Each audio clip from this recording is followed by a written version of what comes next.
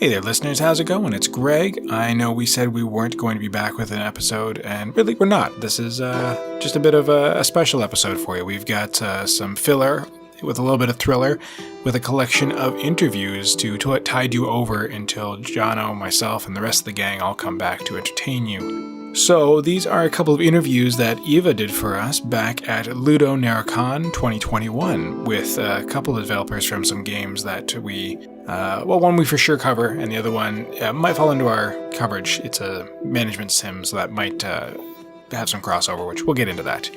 Either way, I want to apologize in advance. The quality is a bit rough. Eva did her best, and Jono did his best to clean things up, but just bear with that, and we apologize in advance. Cons are busy and all that sort of stuff, and the digital cons are even more challenging to kind of manage over online communication. So our first interview is from Eva Padilla with Eve Golden Woods, who is a developer that works with Dreamfield, who gave us the visual novel If Found. If you'll recall, Alana Heggs reviewed If Found for us back in 2020 in June. Came to us from Annapurna Interactive, who are quite good at picking some pretty top-shelf visual novels and adventures, and overall she was pretty happy with the game. The second interview is with Fernando Melo, who is the founder of Double Blitz Studios, and they're working on an upcoming management sim game director studio, which my only experience with stuff like that was the Kairosoft one, game developer story, so I'm hoping this one will be a lot more in-depth and thorough than that game was. And yeah, there might be some crossover elements if it has a more involved story, and we're waiting to kind of see where it goes from there. So it might fall into our cover, might not, we're not sure just yet, but either way, we had a great talk with them. So enjoy both those interviews, and to Eva Padilla, thank you so much for taking the time to make them. I'm hoping that we'll be able to get more of this stuff done in the future, either at other conventions we get to, or even for our YouTube, whatever. That being said, enjoy this impromptu episode of Random Encounter.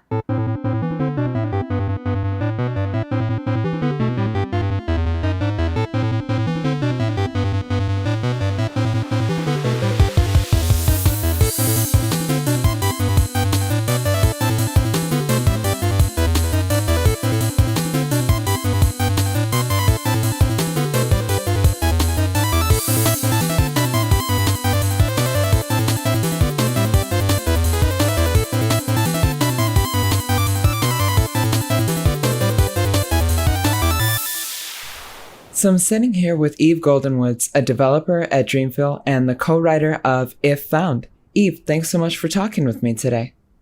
Thank you for having me. So first off, congrats on all the acclaim that If Found has been receiving.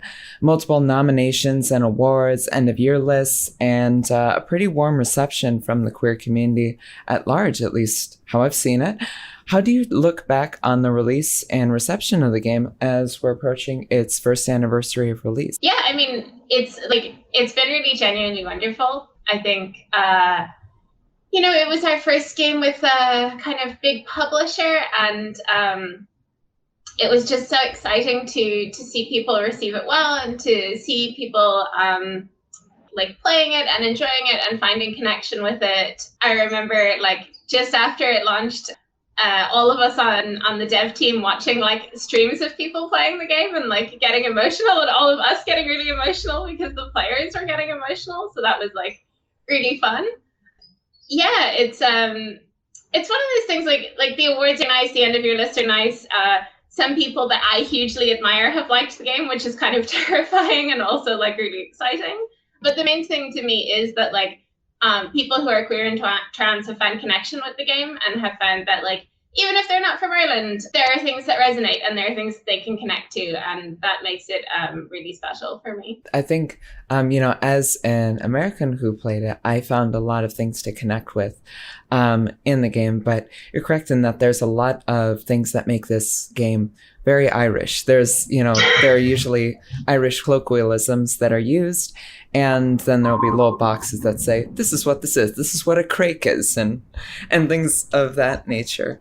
How important was it for the game to have that sort of nature to it, to be both universal and also kind of highly localized in some way?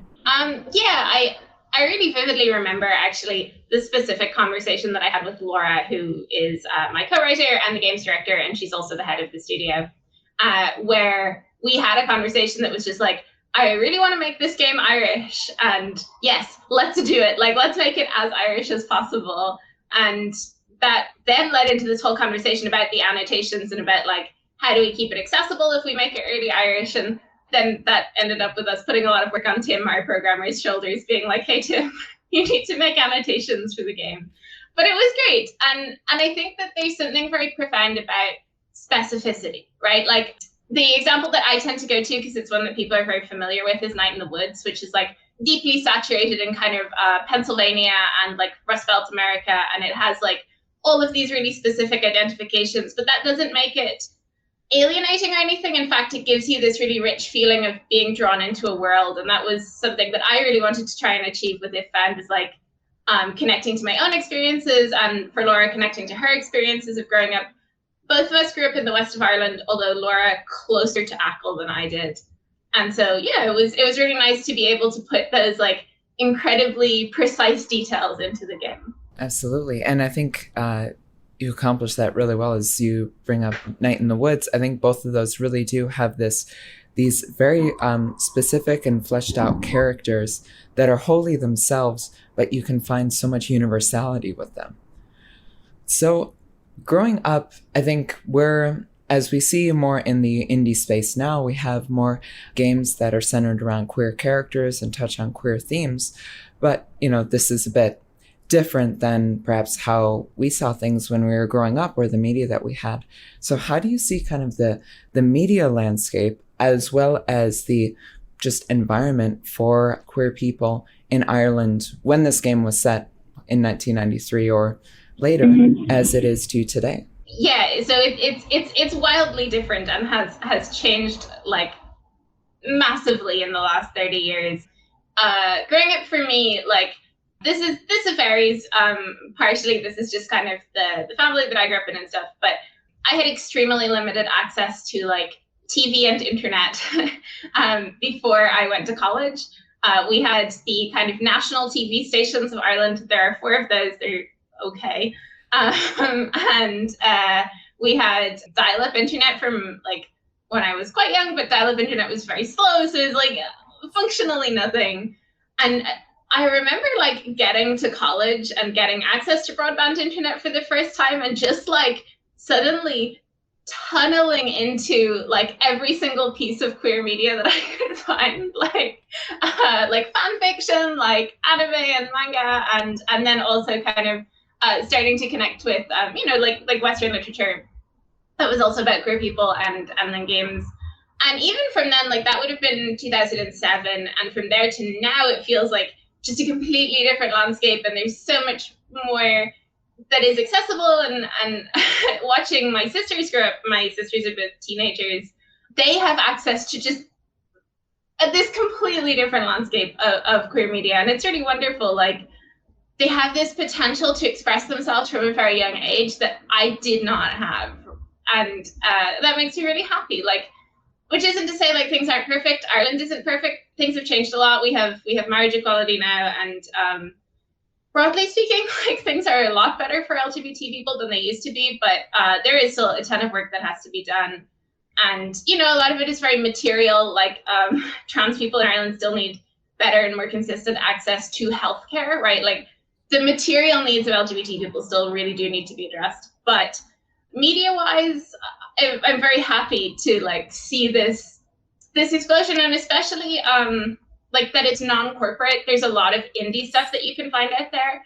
I'm incredibly lucky to have a lot of friends who are queer creators of media, and it's deeply nourishing to read or to play stuff that is by other queer people who are making it on their own terms and like with their own agenda, and not having to follow like very strict corporate policy. I've done that kind of work as well, and it's sometimes you feel like you're making a difference within a larger structure, but it's much more frustrating. And it's something that Dreamfield does very well, because we're a small team and we're queer-led, and most of the people on the team are also queer. So we get to really define for ourselves, and that is super wonderful. I can imagine that, working for a corporation or a larger company, the breadth of what your work can touch is might be greater, but in terms of the scope, I imagine it's quite limited because of, certain moneyed interests and everything, and how that all works. And I completely agree with you. Things are a lot better for queer and trans people here in the United States in a lot of areas than they used to be, but there's still so much work to be done in terms of ending epidemics of trans violence, especially against people of color here. And, that work continues and is one that we've had for a long time. But we can begin to see progress. We begin to see real power in our communities, I think. Yeah. So as kind of the co-writer for the game, having seen a lot of these queer characters and such as you entered college and it being like tunneled in, you were able to write a lot of parts for these characters. Who were some of your favorite characters or most powerful moments that you crafted for the story? So it's super interesting. I think Maggie ends up being one of my favorite characters in terms of establishing like a sense of history within the game and like bringing forward like an older LGBT person making it clear within the context of the game itself that like this is not a new phenomenon, that we have always been here, we have always existed, we have existed in different contexts, but found ways to make that work always. And the scene like where she and Cassio talk on the cliff was one of my favorites to write, and also then just like Leah brought her A game for the art, so the art is like incredibly beautiful for that scene, and that makes me happy when I play it. Yeah, it's interesting. Who else would be like my favorite characters? I end up really liking like Cullum and Jack, and their relationship I think is really interesting to me, partially because it doesn't work out, but they both like figure out things that they want to do. I like that sense of like that it's a meaningful part of their lives, and it continues to be. I think even when you see in the future epilogues and they've gone their different ways, that the context of their history remains profound. Like I think we all end up having relationships that don't work out, but going through them is also just how you develop as a person. So like I like that. At least that was the tone I was hoping to hit, was like that it was a good relationship while it lasted, and it was important to both of them in terms of going into adulthood. I really like that. A lot of the times when we either see experiences in media, and I think especially in queer media sometimes, of relationships that they either work swimmingly and there's a happy ending, or it goes disastrously wrong. And to just have that complexity and nuance of just like, yeah, sometimes people just aren't going to work out, but they go their separate ways and it goes well for them. I also loved seeing Anu's journey and how they grew to accept themselves and start a family of their own. This is kind of another experience that we don't see enough in queer media or in media in general, of just a non-binary character who is able to start a family of their own, experience acceptance in their communities and such. And so seeing that in If Feel, alongside so many other beautiful queer narratives, it just adds to the splendor and the affection that I have for it. Yeah, Anu's really special. Like we talk to people, neither Laura nor I are non-binary, so we reached out to people about that, and also to a couple of Indian Irish people to get their perspective on Anu's kind of experiences and what that might be like. But they're a great character. I love them very much. They're so confused for a lot of it found, and then at the end you get to see them like years later having bloomed, and that is like, oh, it's so good. I'm glad they got there. Bloomed is the perfect word for them. Absolutely love it. I think another part of this game that is really important is kind of the push and pull of agency in this and how the player interacts with it. The main mechanic of it is centered on erasure. It's kind of the signature mechanic of it. So was this sort of a chicken or the egg scenario where there was this mechanic and it was, we'll make a narrative around this? Or was the narrative the first thing and the kind of mechanic followed? So technically the mechanic comes first. Laura developed it when she was Dreamfeel but Dreamfield was also a solo kind of project that that she had created and brought into existence. She came up with this idea of like using layers and kind of cutting through one layer to reveal what was beneath. And then when she started working with Leah back in 2015, Leah comes from the kind of comics and zine side of art and illustration. And they really wanted to make something that represented Leah's art. So they were thinking about kind of homemade art, like handmade DIY stuff. And it clicked for Laura that she could use this mechanic of cutting away layers to look like erasure, right? Like if you have a thing on top and you make it disappear, then it looks like it's been erased. And so that kind of led to some of the generative ideas around the black hole and the end of the world. This is actually, Cassio wasn't trans until after I started on the project. And I started on the project in like end of 2018. But of course, also Cassio was always trans, just not explicitly, right? Like really her story was I think always very, very beautifully about self-discovery and about figuring out who she was. But as we got more into it, one of the big shifts that happened in early 2019 was we decided definitively that we had been setting it on a kind of fictional Irish island, and we decided, no, we're going to move it to actually Achill. And once it got this kind of concrete real world location and time period, then I think everything started to become more interestingly specific and more kind of detailed. And at that point, it was just clear that Cassio was trans, and this was interesting, and it was worth talking about, and it was good and beautiful, and it started to connect into the stuff about the end of the world and into the sense of apocalypse, and the erasing mechanic became kind of really nicely metaphorical as it became both about like vulnerability and how easy it is to damage and destroy things, but also how it can be a chance to start fresh and to create something new, and all of that like meshed together really well. And then and I'm still really happy with that final payoff on the mechanic where you change from the eraser to the pencil and you are able to start over.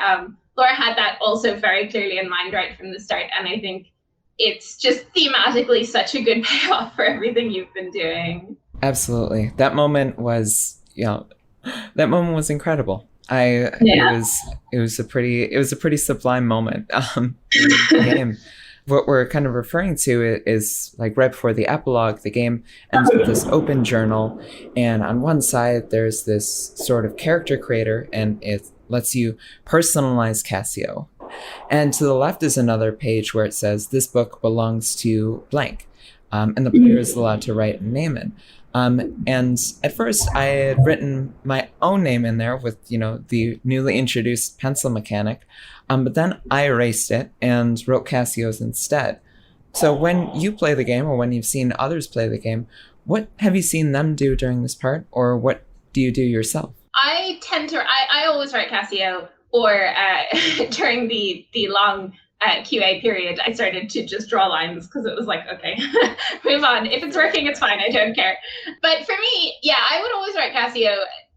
It's super, I find it so interesting. Like a lot of players write their own names, and a lot of players make themselves in the pick group, which I think is a super interesting choice. Like that, even when you have this very defined and very specific character, that the player still feels this slight bleed because they are directing it, is so interesting. It's so cool that they're caught up enough in the act of playing to kind of have some sense of self in that. And that's also very exciting. Like, I think it's really nice. I think it's really nice for people who maybe, I don't know, come away with some thoughts about gender and stuff. That's great, whether they're cis or trans or, they have these kind of distinct experiences, but they bring something of themselves to it. And that also in the character creator, you'll see people making themselves, and it is adorable. I love it. I'm so happy. But I always just make Cassio because she's my precious child. Yeah, I think that was kind of how I was viewing it as well, is that there are moments where I see Cassio as kind of a cipher where, in my own experience as a trans woman, it's like, oh gosh, yes, I feel this so entirely. And then there are some things that are more specific to Cassio the character. And so I think that makes that decision at the end of the game, there isn't like there isn't like a whole lot of weight that's on this decision in terms of like how the game progresses or something. But in terms of a mechanic for immersion and having the player be emotionally invested, I think it's one of the best things I've seen. So I truly love that that there is that agency there. And it also brings a sense of like play to the ending, which I think is very important as well, because because like the climax of the game is so heavy and you're going through so much, and then it's nice to have that little like breath of fresh air to be like, okay, now I can like have fun. So to kind of end with this, there I kind of picked this up from Nicole Carpenter's excellent review of the game on Polygon, where she ended with, "So I erased because it was the only way to rebuild." What do you take from that analysis, both of the game and its mechanics, and the idea in general? That is a great article. Nicole Carpenter's work is A+. Good job. And yeah, I think it's like one of the things that I would take from it is Cassio at the start of the game is caught up in a lot of relationships that aren't working very well, right? Her relationship with her mother, even her relationships with some of her friends are unstable, and there is a sense of like yeah, sometimes when you tear things down and when you destroy things, it gives you space to redefine them, right? To say like, this is what I actually want from this relationship, this is what I need from you, this is what you need from me. And kind of fittingly as well with the theme of apocalypse, like Cassio is experiencing a sort of like like her end of the world, and I think out of that then comes this idea of the new world, right? Like the epilogues are a sort of like an expansion of that. They present all of these different time periods and these different possibilities, and it's like we didn't end up leaning into this as much as we could have maybe, but like that there are sort of multiple possible futures and they're all good is something that we were thinking about. But yeah, I mean, even for Ireland itself in the early 90s, I think the country was going through a bit of a deconstruction and a rebuild. There were a lot of like big cultural shifts happening for various reasons, economic reasons, social reasons, but a lot of the destruction was profoundly necessary. There was, in the mid-20th century and up to the end of the 20th century in Ireland, there was this real idea of like silence and things that were not talked about. I think this kind of the mother explicitly mentioned, Cassie's mother mentions this in the game, where she's like, can't you just do this in private? And it's like, don't disrupt the community, don't cause any trouble, keep things quiet, don't make waves. And it's like, no, actually, sometimes you do need to break things down, and you do need to destroy them, because that's how change happens, and change is necessary and, essential. Absolutely. I think change is necessary and essential is something that we can all take to our experiences, and something I try to keep my focus on at all times. Same. Eve, this has been wonderful. I love getting to sit down with you and talk about this fantastic game. So what might be next for you and for Dreamfeel in the future? Lots of exciting things that I am forbidden to talk about.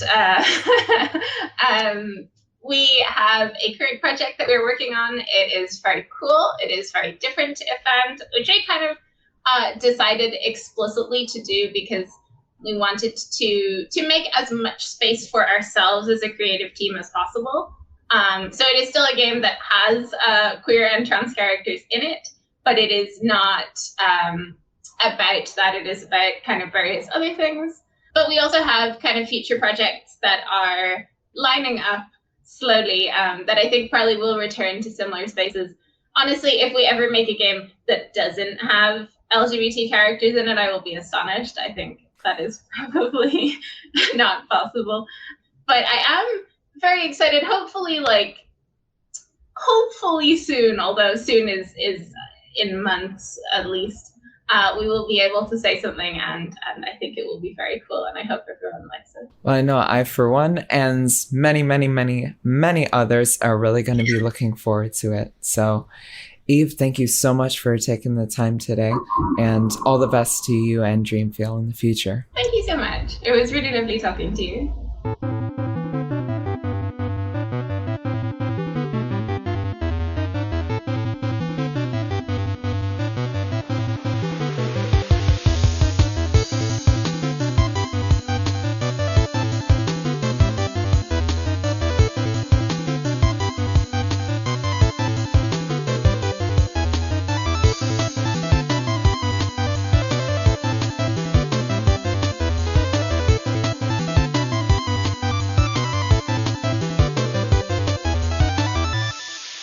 I'm sitting here with Fernando Melo, founder of Double Blitz Studios, who are behind the upcoming satirical management sim Game Director Story. Fernando, thanks for having a talk with me over at LudoNarraCon 2021. Yeah, thanks so much for having me. Really appreciate it. So, Game Director Story is the first title from Double Blitz after its founding in the fall of 2019 by yourself and a core team of former AAA developers. What events led to its founding?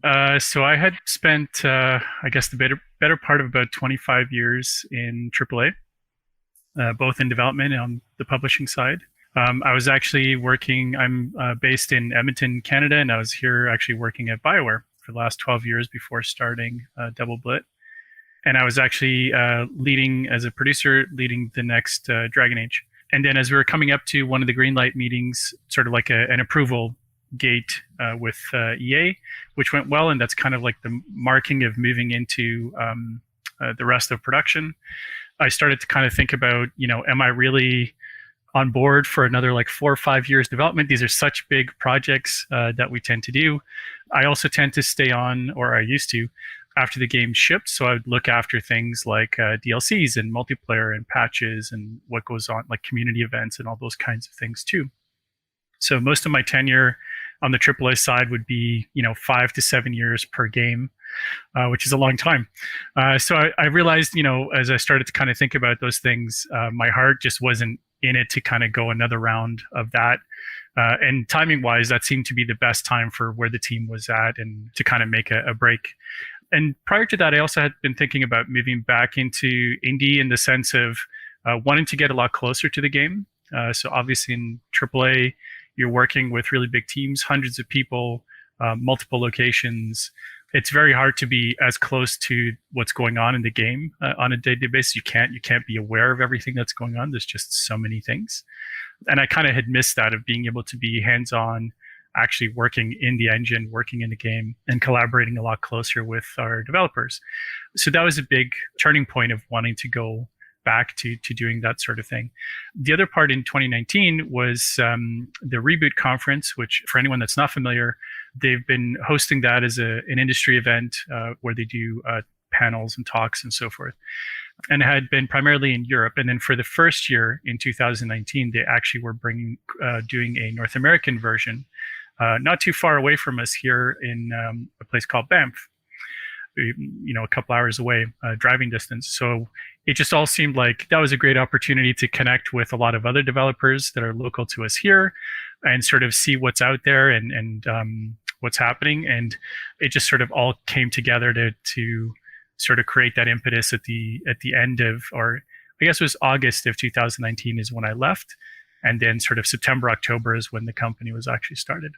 It's quite the career that you've kind of put up in AAA development and in game development overall.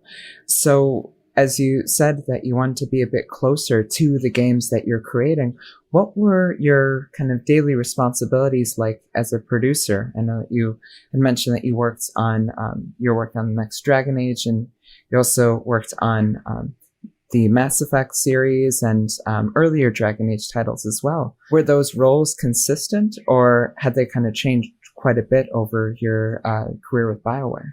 A lot of it was consistent. So actually the role of a producer tends to be, a bit of a mixed bag depending on the company. Everyone does it slightly differently. But at least on my part, on the BioWare side, it was primarily looking after certain aspects of the game. Most of my time I spent looking at online features and things like that. So even coming back to Dragon Age Origins, which was when I first joined BioWare, was to work on that. Was primarily looking at, there were actually a couple of online features that you could upload a screenshot and you could see like your story so far and things like that. Also worked on getting the end user tool set, which becoming available for players to use. And then it was working with various teams. So I actually started working with the animation and cinematics team and going through that. And then eventually moving into other groups, whether that was technology teams or gameplay. With Mass Effect Andromeda, which was the last title that I shipped prior to working on the next Dragon Age, I was primarily looking after what was going on in multiplayer and online. So all the multiplayer mode and everything that was related to that. And that included all disciplines that were as part of that. And as well with past games was also looking at things like the DLC expansions, and in the case of Dragon Age Origins, a full expansion pack as well that came out with it. So it can vary quite a bit. It can be everything from working through various, working with different team members on what's going on, keeping up to date, making various decisions on what is in or how things are going. And also it really depends on the phase of development that you're in.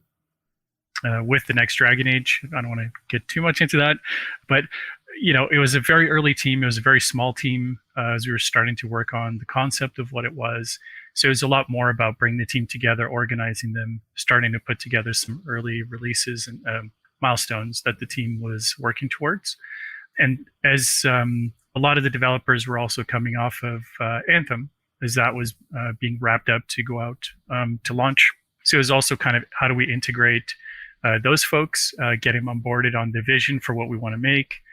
So there's a lot of like onboarding training and things like that to get folks into the right mindset of, when you're trying to get 300 people to all work towards a singular kind of vision for what the thing is. A lot of it actually starts right at the beginning of just onboarding people onto the team, walking them through what that concept is, what is different than perhaps previous games. In the case of Dragon Age, we had 3 past games, all of them very different from one another. Mass Effect, I think, was a lot easier because you kind of, if you've played or you've worked on a Mass Effect game, you kind of knew what to expect to some extent. Dragon Age, it was like, we could go in any direction from the past game. So it's a little bit more work in terms of what it was going to be about. What are some of the things that we're keeping? What are some things that we want to change? What are some of the aspirational pillars of the game that we want to go after? And then making sure that the teams are aligned on that. And sort of unsurprisingly, Game Director Story is kind of a response to this career that you've had and the developers who you're working with on this game at DoubleBlit. One thing I noticed very early on one of the first screens, the players immediately told, "You may fail a lot. Game development is hard." What was the thinking behind crafting player expectations so immediately with that statement? Yeah, actually, that one we went through quite a bit. So you hear this a lot. I think if you read or follow game development in any way or other developers, you'll often hear developers talk about the fact that game development is hard. But the one thing that was, that kind of struck me in particular is there wasn't a lot of experiences that actually dealt with that. A lot of anything that's kind of related to game development tends to be much more of the management sim aspect of it, where things are much more abstracted away. And it's about hiring enough people to do, to complete the thing on time. And while that is, there's definitely truth to that. It's missing a lot of the relationship aspect of what's involved in game development. It is a team of people. It is a team of creative people that are trying to work together. And then the other part too is the way that the game is structured. In particular for the demo, we're trying to sort of throw the player into the deep end, as it were, of you're already kind of like midway through the game. There's a bunch of stuff that you don't quite have context for. There's some really difficult decisions that are there. It is possible to fail out even in just a 2-week in-game time frame that you play. So we wanted to set that expectation early on that it's okay. Like a big part of this is actually the trial and error of seeing what works, what doesn't, what is important to you, and what do you care about. One of the big themes is that you will not have enough time to address everything. So purposely you actually have to pick what are things that you're going to drop or not pay attention to. And there's a lot to pick from. There's each of the team members has their own kind of story arc and things that they're dealing with. There's obviously what's going on in the game. There's different stakeholders that have different expectations that they set, and that may kind of potentially corner you into having to make some decisions here and there. So it's just kind of trying to set that expectation that we're not as hand-holding you as we might. Certainly, like for example, for the full game at the start, and I think this is thematically also very correct with how at least big game development tends to work. At the start of a game production, again, you're in the concept phase, and it's like, it's blue skies. Anything is possible. We have all the time in the world. We have all the people in the world that we're going to get, or we will. Like we have these plans to hire all these great people and stuff. So it kind of started from this point where it's sort of like a high point in a lot of ways. And then as you go through development, reality starts to set in of like, oh, deadlines are becoming more serious, or we actually couldn't find the right people that we wanted or enough of them. And that's having these impacts. These things that we wanted to go and do, which was awesome, we're struggling to make it happen technically, or whatever the case is. Or, now that we got a chance to play it, we don't think it's actually the right direction after all, and we're going to pivot to a slightly different thing. So there's all those kinds of challenges that you have to run into. But in the full game, you will start from a kind of easier point. We definitely ease you in the sense of like, okay, well, here's a few conversations for you to deal with every day. You largely get to go home on time. It's, you don't have those kinds of pressures. Once you get to this stage where you're in production, you've entered production, which is when the demo takes place, is in the early production phase. There are more deadlines. There's more of these kinds of pressures there. And even in the demo, in the first couple of days, you tend to go home kind of, 5, 6 o'clock. After that, you start to stay a little bit later as well. So even then, there's this kind of thing of like, okay, you will have to start to make some decisions of where are those boundaries.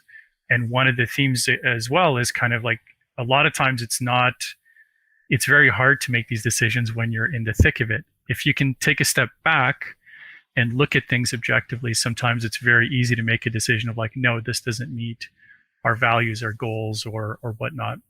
When you're in the middle of it and it's very slow and incremental, it's actually very easy to kind of fall into these situations.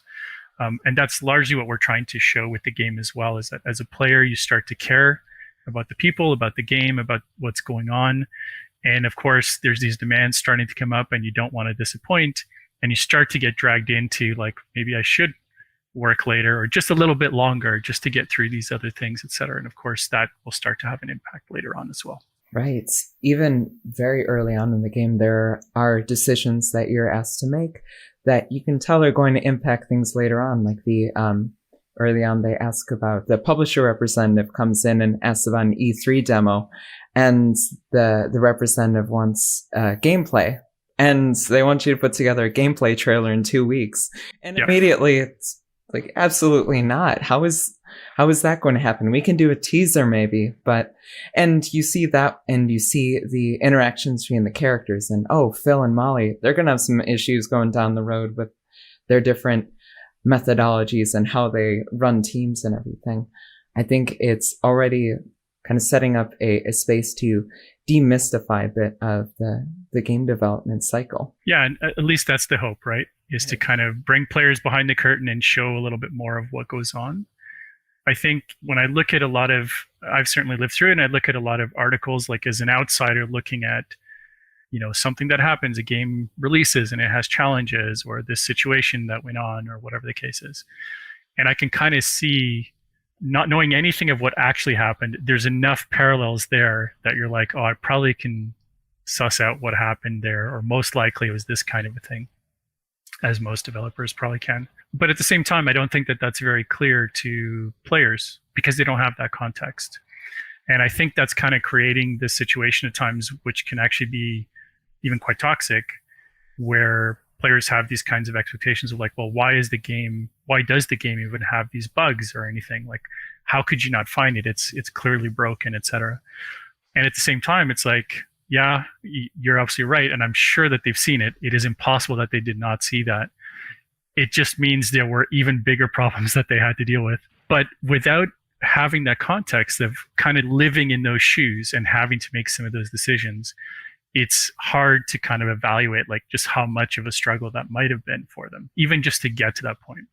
And I think that's something that we definitely want to try to get across with the game experience, is to create that sort of an empathy connection between what developers might be going through to better understand, okay, when this thing happened, I get it. I've actually lived through something like that myself through the game. And I kind of understand a little bit of what happened there. Even as much as like, yeah, as a fan of game or franchise X, I am upset by this. That's a fair emotion to have. But having that context, I think, is equally important to be able to have good conversations around why do these things happen? How do we prevent it from happening? Especially in that AAA space, there's only so much time to be able to address so many issues. Undoubtedly, one of the big issues that we've seen in the gaming landscape is the kind of specter of crunch, especially in the current pandemic age that we're still living through at the time of this recording. One thing I've really liked is that Double Blitz website mentions that the studio's aim is to develop games in a healthy, sustainable way. What are your thoughts on the shifting labor landscape in game development, and how have you related to it both as a AAA producer and an indie studio head? Yeah, it is one of the tougher challenges, and I think it's not just exclusive to games. I mean, any industry can have it, but in particular, creative industries, I think, are always butting up into this kind of pressure. Because, and again, without the context of having lived through some of that in some way, as an outsider looking in, it's like, well, it's obvious. It's like a clear black and white type of thing. This is bad, this is good. And unfortunately, it's actually very gray. There's almost very little hard yes, no type aspect to it. There's always good reasons for it. And I think that's part of, you have all these creative people going into this situation wanting the best possible outcome and being really passionate about what they're doing. But at the same time, you also have things like schedules that are not flexible or that are not possible to move for lots of reasons. I think it's naive to assume that it's always down to whoever planned the schedule. Like, again, there's a lot of outside pressures that can happen. Even with the example that you brought up of the publisher coming to you and saying, hey, this is like, we were not planning for this, but here is an amazing opportunity that could make a world of difference for the success of the game. And indirectly, success of the game also translates to things like keeping the lights on and paying people at the end of the day. So you have to start to make some of these kinds of judgments around like, where, how far is too far? What is reasonable? What is not reasonable? Where are you willing to compromise, if at all, on some of these things? And it is okay. Like, it is perfectly reasonable to also say, this is not something we're going to compromise on, which you shouldn't. But it's also, you have to then be realistic with what does that mean? It's not a free pass either. Like, that will have some consequences, and you need to be able to think through and understand what those are and whether you can actually shoulder those things or not. So by far the biggest differences is that I think in the AAA space, we talked about like large teams, et cetera, with really long time frames. These are trying to describe it as like, actually, even recently, we had this situation with the tanker that was stuck in the Suez Canal. Mm-hmm. And it's like trying to steer one of these massive ships. It is really slow to turn. It is really slow to gain momentum. Once it has momentum in a certain direction, it is very difficult to stop or reverse or change direction. And the larger the team and the larger the expectations, and as you get closer to launch, those also get bigger, the harder it is to make those kinds of adjustments. And that's just the reality of things on the AAA side. At some point, there are lines that you cross in the calendar where you can't backtrack. There's no take backs of like, actually, we're going to change our mind and move our date a couple days or do whatever. Up to a certain point, that's possible. Otherwise, like, so much other machinery in terms of marketing spends and working with PR and doing all these other events and all this kind of stuff to make it as successful as possible that trying to move those dates basically would be like, yes, we can move the date, but it basically means you're resetting all of that back to zero, and you may not actually have the budget to do that again. So that has a very dramatic impact on the potential success of the game. On the indie side, I think it's a lot more flexible in that sense. Obviously, our expectations are way, way smaller, and so is our flexibility. We're a lot more agile. We're able to kind of set, we don't have the same external pressures. There's no stakeholders, there's no shareholders, we tend to set a lot of our own agenda and a lot of our own timing. Now, again, as you get closer to launch, there are still other factors that may come into play, but for the most part, you're able to adjust those things a lot easier. So it is much easier to say, no, we're actually going to stick to our values when it comes to these sorts of things. But it still can be really easy to slide into some of that. Oh, it's just a meeting on a weekend. It's just an evening. It's we have this event that's coming up on Steam and we really want to be a part of it. And it would be a really big thing for the game to be able to get that kind of exposure. So let's just, we'll work a little bit harder to try to make that happen. So it's easy for teams to also fall into that. And I think the key thing there in both cases is just being really cognizant of none of these come for free. There is a cost that you're paying. Often it's a people cost, and you need to be very, very aware of that and very conscious when you're making those decisions. And frankly, it needs to be a very permissive kind of thing. Like, people need to be on board with being able to do that in the first place.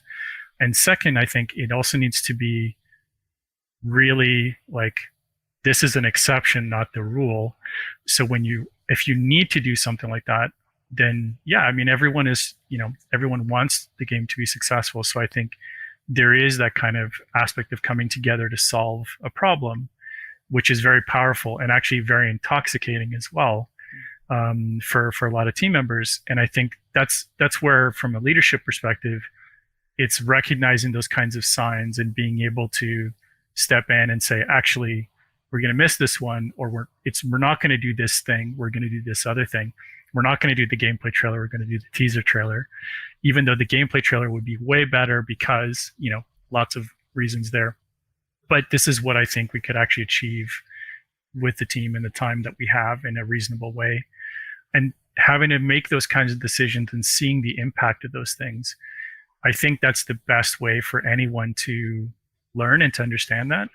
I think back in my time, some of the more challenging games that I've worked on and productions that I've worked on is also the ones where you learn the most, because you make painful mistakes and you vow like not to try to repeat those things. And those are very, very powerful learning mechanisms. And that's one of the magical aspects of games is unlike TV or film, they actually have the ability to also implant a player in those circumstances and have to live through experience, which is very different. And I think it can, when done well, I think it can sort of impact individuals in a much more powerful way than traditional linear media. Yeah, I think games at their best are empathy generators. I mean, they allow us to connect in all these ways that passive viewing and things just can't really hit in the same way. Absolutely. And especially in the demo, what stuck out to me was when they were talking about the main character that they wanted for this game. And so some of the production team are pushing the team to craft a main character who will be a swing for the fences in terms of their identity and deviation from the sort of Nathan Drake archetype present in many games. Additionally, the character Felix uses they, them pronouns, which we see more commonly in the indie space these days, but is still kind of a rarity in a lot of blockbuster titles. Do you think that there are limitations in this AAA space to push the envelope forward for authentic representation with characters? Yeah, I think so. And I mean, given my own history at BioWare, I think has been actually really transformative in that sense. It's not like a purposeful conversation that we have of like, okay, we need to tick these boxes. Right. It is something that the team is genuine about trying to improve. And I think that's something that, I've certainly taken forward with Double Blit, and even in the in-game team representation in the game. As much as it's about AAA, it's also this kind of idealistic, hopefully not idealistic in the future, but certainly today, a more idealistic representation of what a team could be. You have majority characters that are actually women, or at least because we have animals, they're female presenting characters. Felix is a non-binary character, and we have other characters as well. And I think that is something that you're absolutely right. Like, it's much more common to see in the indie space. I think there are some real challenges. I do see like a lot of, even in my time when I was as part of BioWare with Electronic Arts, there is a lot of good happening there. But again, like if a Dragon Age or Mass Effect team, which is a couple hundred people, is a big ship to turn, EA, which is several thousand people, or Ubisoft, or whatever the case is, like these are massive organizations, and it's slow to build that momentum up.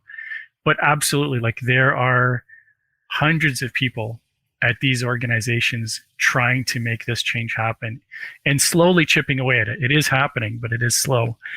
But certainly for us, it's one of the things that I definitely want to make sure that we touch on in the game. You know, representation in all aspects is actually a critical part of both on the game development side, but also coming back to the player experience and what they can get out of it. It's very important for players to not only see themselves as being able to relate to the characters and seeing themselves and identifying with what's happening, but also like aspirationally being able to project themselves and say, you know, actually this is something that maybe I want to do with my life or my career, and maybe there is a path here. I didn't think that was possible, perhaps.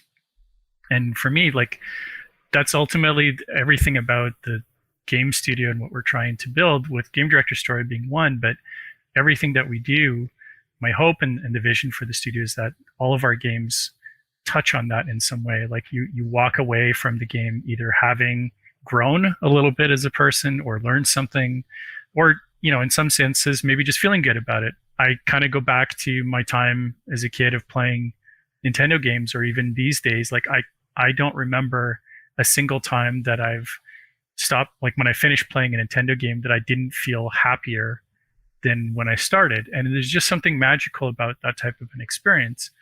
And, you know, aspirationally, that's what I'd love to kind of walk away from, even if it's like 10 people end up playing this game in the end. If it can touch them in that way, I think that's a really important part. And it's, for me, it feels like it's a small contribution towards that larger conversation of, yeah, this is, you know, there's no reason why this shouldn't be what a AAA team should look like, and have better representation from women and from all underrepresented groups. Absolutely.